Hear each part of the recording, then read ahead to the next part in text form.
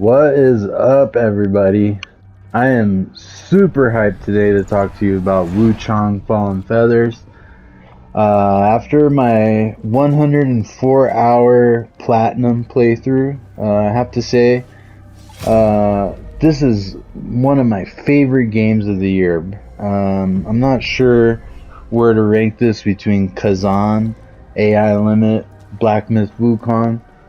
But this is definitely by far, for me personally, one of the best Souls-like ARPGs that has come out. And I don't know, I think the world aesthetic, I just love it. I think Chinese developers are on fire right now, taking the gaming industry by storm. I'm very excited to see what else they can cook up with.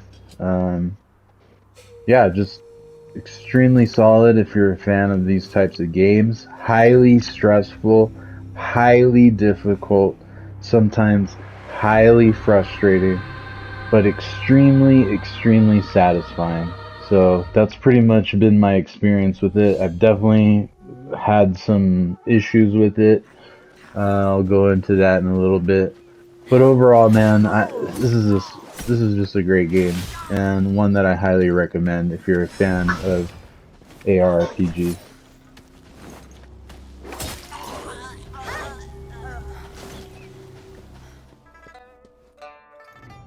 Now, one of the first things I wanted to talk about is really like the world building that WuChang utilizes. It's very similar, obviously, to like Dark Souls and like Bloodborne type of storytelling. Like the story develops the more you interact with NPCs.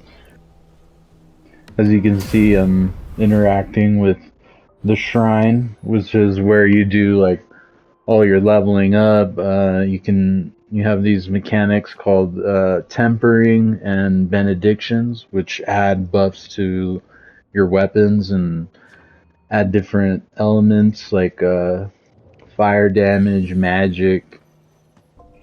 And as you can see here, I'm at the very beginning of the game, interacting with my first shrine, and yeah, consuming some red mercury, which is the same as souls for all of you who, I'm sure anyone who's watching this knows what that is.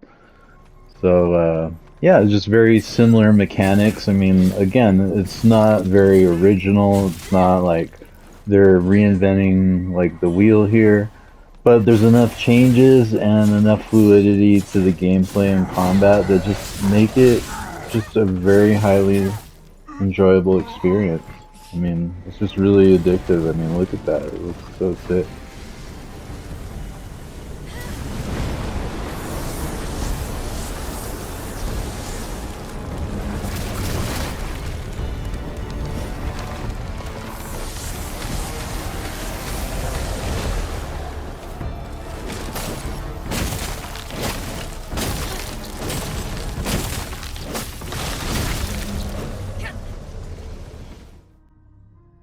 As you can see here, I'm interacting with the weapon skill tree. I'm at a very high level at this point in the game. I wanted to show you guys like the spread, because once you upgrade like one of your weapons fully, you can move in and start, obviously upgrading all the other trees, and it's really fun. You can use multiple weapons. One of my favorites is the longsword. There are, I believe, 4 weapon classes: longsword, short sword, axes, and the dual blades. And I got a chance to use them all, and I have to say, longsword is definitely my favorite. Whenever I'm struggling with bosses, that's where I go. I go back to the longsword. But all the weapons are good, man. All the weapons are sick. Like, there's something to like about everything, Like, the axes feel very punchy, even though they're super slow. And, the short sword is also my second favorite, I think. Oh man, the dual blades are really sick too, because they have like what's called clash damage. It's like they just shred bosses. I mean, look at this. I'm using dual blades right here. And, yeah, it's just really fun. I think there's something to enjoy about each weapon class. So. Such skill. Why waste it on rebellion?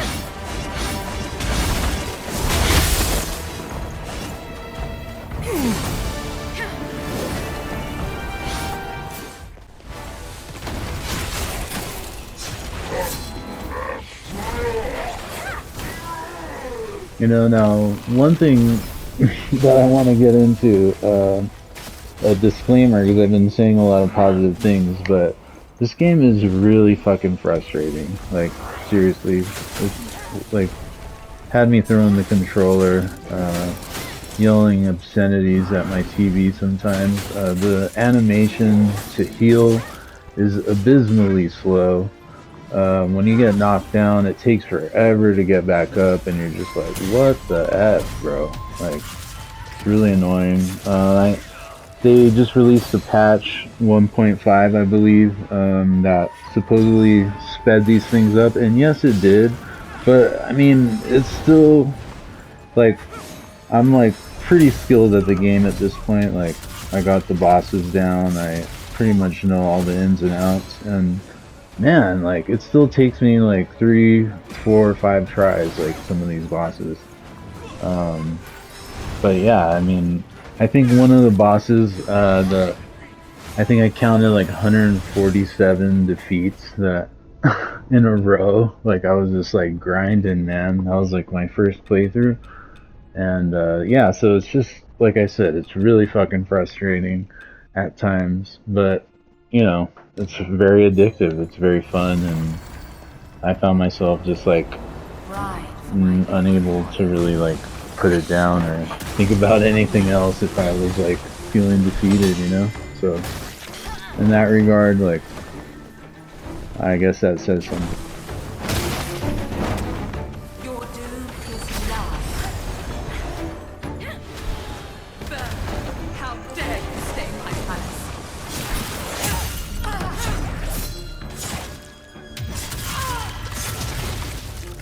You walk to your grave. Stay buried.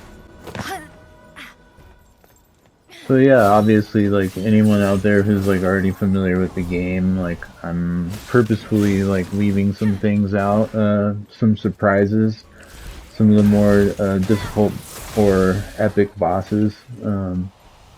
Try to make it as spoiler free. If you're thinking about getting the game, I highly encourage it, but obviously, like, you gotta know what you're getting into, because if you're already into these games, you know what's up. Like, it's like one of the best in the genre, in my opinion. I really enjoy it, obviously.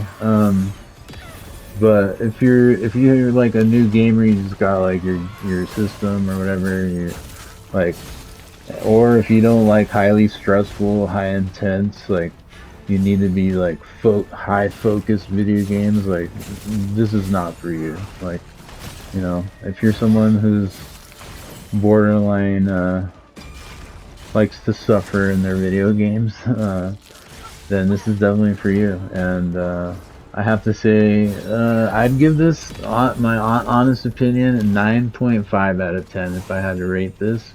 9.5. I really enjoyed it. I enjoyed it way more than I thought I would.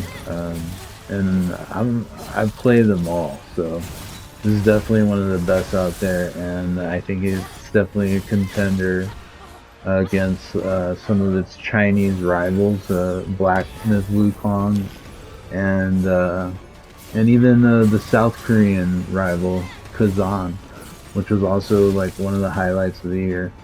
Definitely one of my favorite games of the year. Check it out. Peace out.